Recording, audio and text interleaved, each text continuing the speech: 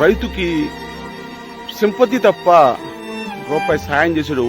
హైదరాబాదు మునిగిపోతుందంట, హైదరాబాదు రోడ్లన్నీ మునిగిపోతున్నాయంట.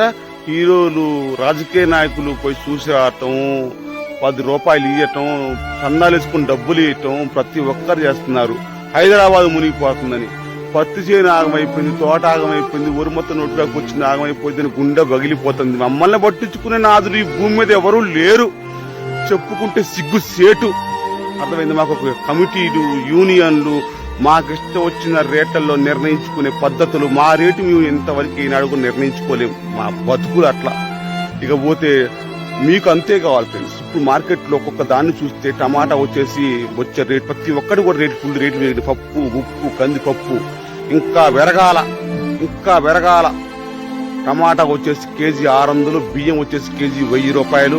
ఈ రేట్లలో ఉంటే గాని రైతు అనేవాడు దేశానికి ఎంత విలువ అర్థం కాదు. మీకు తెలవాల, తెలిసిన అంతే. ఇప్పుడు అంతెందుకు ఫ్రెండ్స్, రైతు బిడ్డని, రైతు కూతుర్ని ఇంకో రైతు కొడుక్కే ఇవ్వట్ల.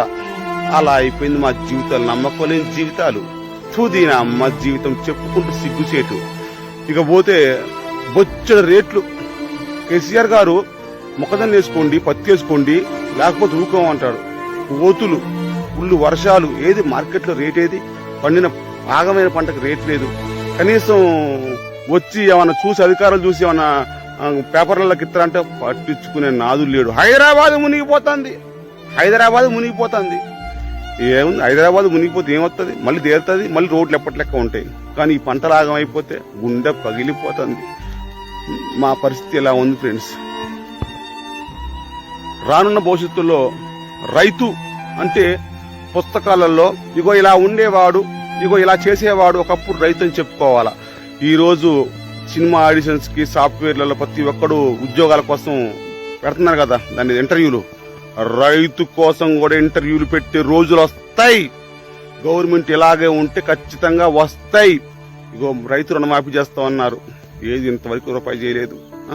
గిట్టుబాటు ధర అన్నారు, ఏమీ లేదు. అదిగో ఇదిగో రైతు మా రైతు అన్నారు, ఎక్కడ ఏమి దాఖలాలు లేవు ఫ్రెండ్స్. అంతా వత్తదే మాటలు బోటకం. ఘోరంగా ఉంది ఫ్రెండ్స్. అధిక వర్షాలు వచ్చి పరిస్థితి ప్రతి ఒక్క రైతుకు తెలుస్తుంది. బాధ, గుండె బాధ రైతు అన్నోడు ప్రతి ఒక్కరికి తెలుస్తుంది. అసలు ఏమి రూపాయి మిగలదు. 7 ఘోరం. హైదరాబాద్ మునిగిపోయింది. పోండి. దేశంలో ఆత్మహత్యలు ఆగట్లేదు అంటే ఎందుకు ఆగుతాయి ఫ్రెండ్స్?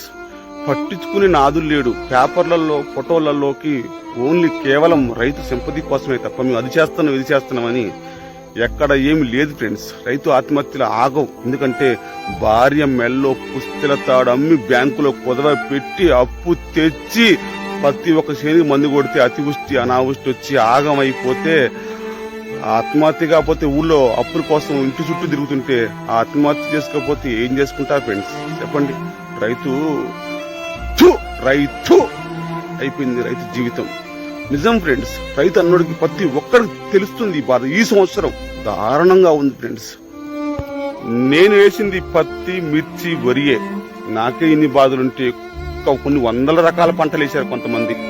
వాళ్ళ పరిస్థితి ఎలా ఉందో, ఇంకా దారుణంగా ఎలా ఉందో. రైతును కాపాడండి ఫ్రెండ్స్. రైతు అనేవాడు భూమి మీద ఉండాలి అంటే గవర్నమెంట్ నెలకు 10,000 రూపాయల జీతం ఇవ్వాలి. పండినా పండకపోయినా, ఎండినా ఎండకపోయినా నెలకు 10,000 రూపాయల జీతం ఇస్తే రైతు అనేవాడు. ఎందుకంటే ఎక్కడో నిరుద్యోగులు వాళ్ళు వీళ్ళు పోయి ఉద్యోగం కోసం తిరిగే బదులు గవర్నమెంట్ నెలకు 10,000 ఇస్తుందని చెప్పి ప్రతి ఒక్కరు వ్యవసాయం చేస్తాడు. వ్యవసాయం నిలబెట్టండి ఫ్రెండ్స్. వ్యవసాయం చేసే వాళ్ళు భూమి మీద రైతులు ఉండాలా. రైతు కొడుక్కి పిల్లలు ఇవ్వాలా. ఆ రోజులు రావాలా. ప్లీజ్ సపోర్ట్ మీ. రైతును కాపాడండి ప్లీజ్. నాకు ఈ యూట్యూబ్ ఛానల్ ఉన్నా ఒకటే లేకపోయినా ఒకటే, కానీ రైతును మాత్రం కాపాడండి ఫ్రెండ్స్ ప్లీజ్.